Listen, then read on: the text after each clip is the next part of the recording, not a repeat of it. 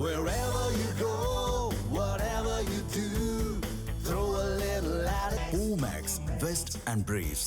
சிவகங்கை அருகே பெண் காவலருக்கு அவரது ஆண் நண்பர் உள்ளிட்ட மூவர் பாலியல் வன்கொடுமை செய்த சம்பவம் பெரும் அதிர்ச்சியை ஏற்படுத்தியுள்ளது. மூவரையும் போலீசார் கைது செய்து விசாரணை நடத்தி வருகின்றனர். சிவகங்கை ஆயுதப்படை பிரிவைச் சேர்ந்த பெண் காவலருக்கு ஏற்கனவே திருமணமான நிலையில் தூதை கிராமத்தைச் சேர்ந்த ராபின் என்ற ஓட்டுநருடன் பழக்கம் ஏற்பட்டதாக கூறப்படுகிறது.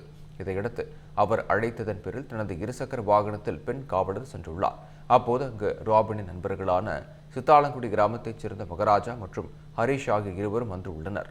பின்னர் ராபினுடன் சேர்ந்து மூவரும் பெண் காவலரை பாலியல் சீண்டல் செய்ததாக கூறப்படுகிறது. இதனையடுத்து அங்கிருந்து தப்பி வந்த பெண் காவலர் பொதுமக்கள் உதவியுடன் 100 அவசர சேவைக்கு அழைத்தார்.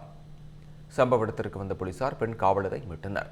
இதையடுத்து அவரது நண்பர் ராபின், அவரது நண்பர்களான தவைக்காவைச் சேர்ந்த மகராஜா மற்றும் ஹரீஷ் ஆகியோரை பிடித்து மகளிர் காவல் நிலையத்தில் ஒப்படைத்தனர். விசாரணைக்கு பின் ராபின், மகராஜா மற்றும் கல்லூரி மாணவர் ஹரீஷ் மீது பாலியல் வன்கொடுமை வழக்கு பதிவு செய்யப்பட்டுள்ளது.